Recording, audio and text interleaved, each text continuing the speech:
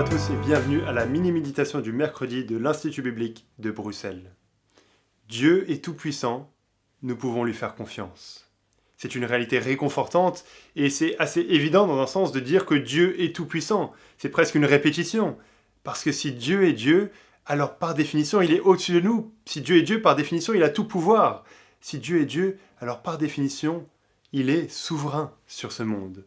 Et c'est la réalité que l'Écriture nous présente, que la Bible nous présente à propos de ce Dieu-là, qu'il est au contrôle de notre monde, qu'il n'est pas dépassé, qu'il n'a pas de plan B. On lit quelques versets aujourd'hui dans Ésaïe 40.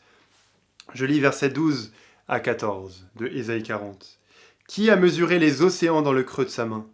Qui a fixé les dimensions du ciel dans une mesure et fait tenir toute la poussière de la terre dans un tiers de mesure ? Qui a pesé les montagnes à la balance et les collines à la bascule ?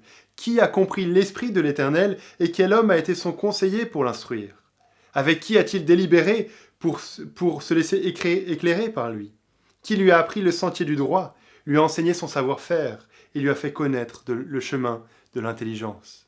Ces versets nous montrent un Dieu qui est tout-puissant, un Dieu qui est bien au-dessus de nous, un Dieu qui est loin, élevé dans sa gloire. On voit des images très fortes qui sont utilisées dans ces versets.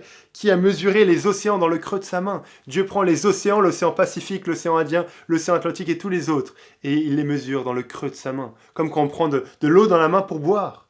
C'est ça que représentent les océans devant la grandeur et la majesté de Dieu. Ou alors de peser les montagnes à la bascule.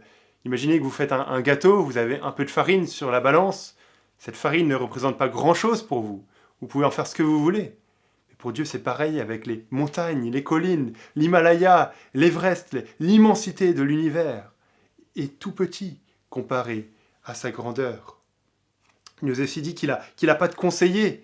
Est-ce que Dieu aurait besoin de demander conseil à quelqu'un ? Ah, mais est-ce que tu penses que pour l'être humain, il faudrait plutôt faire comme ça ? Non, ça aurait aucun sens de dire ça, parce que Dieu est Dieu. On n'a pas à lui dire, mais Dieu, je pense que ce serait mieux comme ça dans ma vie, où je vois les choses un peu différemment. Dieu est Dieu, il a tout pouvoir, il a aucune limite dans sa connaissance, il a aucune limite dans son intelligence, il a aucune limite dans son pouvoir d'action. Il n'est pas dépassé. Et ça, c'est une vérité réconfortante pour cette crise que nous vivons, qu'il n'est pas dépassé. Il n'est pas pris à dépourvu. Il est au contrôle de ce monde. Il est au contrôle de notre histoire. Il est au contrôle de nos vies.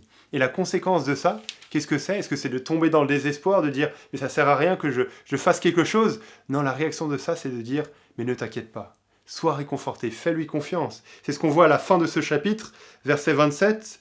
« Pourquoi dis-tu, Jacob, et pourquoi affirmes-tu, Israël ? Ma situation échappe à l'Éternel, mon droit passe inaperçu de mon Dieu. » Après cette description de la grandeur, de la majesté de Dieu, il nous est dit, mais pourquoi s'inquiéter ? Si ce Dieu est tout-puissant, si Dieu est souverain, alors pourquoi s'inquiéter pour ma vie, pour mes projets, pour mon avenir ?